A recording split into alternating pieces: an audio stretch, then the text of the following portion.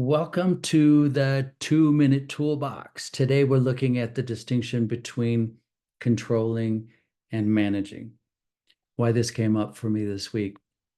One of the women who is the small group exercise classes at my gym, she's usually cheerful and chirpy, and she has an aura of contentedness and happiness.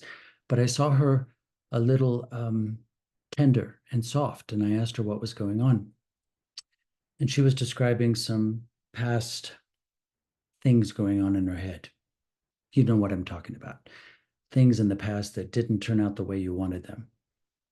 And while she was telling me her tender tale, I was reminded of one of my early teachers who said to us in a church one Sunday, you, you cannot keep the bird of unhappiness from flying overhead, but you can keep him from settling in your eaves. And that reminded me of something that many of us have heard over and over, that tale that's been used a lot, but still works. Yea, though I walk through the valley of the shadow of death, I don't have to build a condo there. Okay, so the bird of unhappiness is fluttering around your eaves and you don't want it to nest, or you're walking through the valley of the shadow of death and you don't want to live there. What do I do?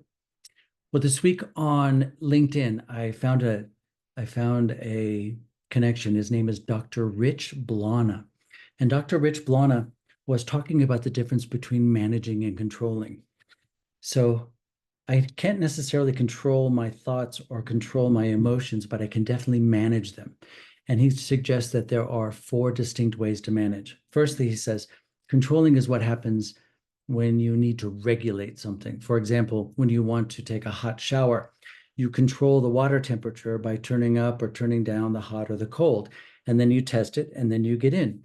But we can't necessarily do those with our thoughts and emotions because we don't have like a pleasant, happy thought faucet and an unpleasant, unhappy thought faucet that we can regulate. But Dr. Rich Blonna suggests there are 4 things that we can do. There are 4 steps to management as opposed to controlling. Firstly, be mindful of those negative or unwanted thoughts or feelings. 2, accept that they exist. 3, accept that trying to control them or avoid them or eliminate them may only make them worse. And 4, you're willing to coexist with them as you continue to move forward and engage in values congruent. Is that word? Congruent. I'm not going to erase this. You're willing to coexist with them as you continue to move forward and engage in values congruent behavior. So the real question, when the bird of unhappiness is flying overhead, how do you keep it from nesting in your eaves? You're mindful that they're there.